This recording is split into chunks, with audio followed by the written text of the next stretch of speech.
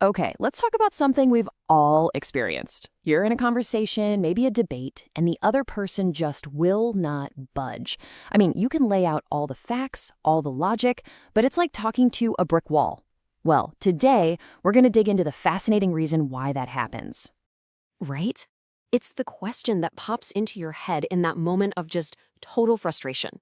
How can someone be so completely unable to even entertain the idea that they might be wrong? You bring the receipts, you make a perfect case, and crickets. Nothing. Why is that? Well, as it turns out, the answer goes way deeper than just calling someone stubborn.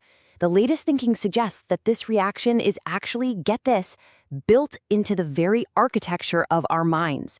It's less of a bug and more of a feature, and it was designed for a very specific purpose. So, to really get to the bottom of this, we need to put a proper name to this thing. We have to move past our everyday frustration and look at what's happening through a psychological lens. Let's define what we're actually talking about.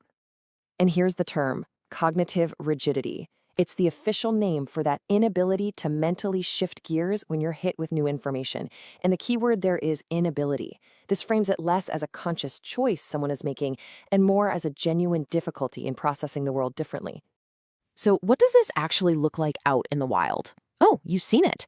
It's that person who sees everything in absolute black and white. No gray areas, no nuance. It's the person who reacts almost instantly to a challenge, like it's a personal attack. They really struggle to put themselves in someone else's shoes, and to any information that doesn't fit their pre-existing belief, it gets thrown out immediately. Okay, so that's the what. Now for the really interesting part, the why. And the first reason is actually pretty simple. It all comes down to efficiency. You see, our brains are, for lack of a better word, kind of lazy. And the concept here is something called low cognitive effort. Just think about your brain as being hardwired to save energy whenever possible. Holding on to a belief you already have, that's easy. It's the path of least resistance. It's automatic.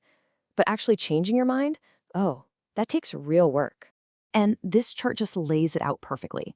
High effort thinking is slow, deliberate, it's open to new ideas. It's like having to forge a brand new path through a thick forest. Now, low effort thinking, that's fast, automatic, it sticks to the path that's already been paved. So when new information comes along, it is so much easier for the brain to just reject it than to do the hard, energy-intensive work of rebuilding its entire mental map. But it isn't just about saving mental energy. Nope. There's a second, much deeper, much more emotional reason this happens. And this one is all about who we believe we are. You see, for a lot of us, certain beliefs aren't just ideas we have. They're fundamental parts of our identity. They're pillars holding up our sense of self. So when someone comes along and challenges one of those beliefs, they aren't just questioning a fact. To our brain, it feels like they're questioning us. The internal voice isn't saying, my idea might be wrong. It's screaming, I might be wrong. And at that very moment, the whole game changes. The argument is no longer about the external facts. It's now about protecting an internal feeling. This is what psychologists call a defensive ego.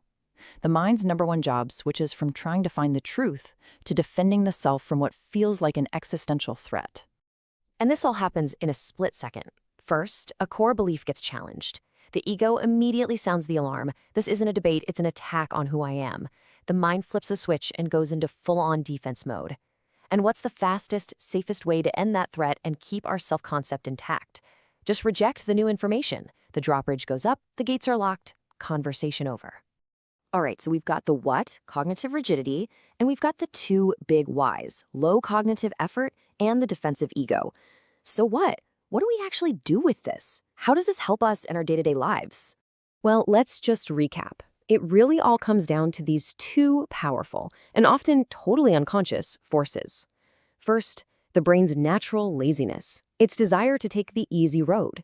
And second, the ego's powerful primal instinct to protect our identity at all costs. And here is the most important takeaway of all. This knowledge isn't some secret weapon you can use to win more arguments. In fact, it's the opposite. It's the key to understanding why trying to win with facts alone is almost always destined to fail. You're bringing a logical solution to what is, at its core, an emotional problem. When you realize you're not just up against stubbornness, but against someone's deep-seated need for mental ease and self-preservation, it can change everything. You can move from frustration to something more like empathy. But maybe even more importantly, this whole framework acts like a mirror. It forces us to ask ourselves, when are we the ones doing this exact same thing? So I'm going to leave you with this to chew on. The next time you feel that heat rising in a disagreement, that urge to just dig your heels in, just pause for a second. Ask yourself, am I defending a fact or am I defending a feeling? Which of my beliefs are so wrapped up in my identity that having them questioned feels like a personal threat? Answering that, well, that's the first real step towards becoming a more flexible thinker. Thanks for tuning in.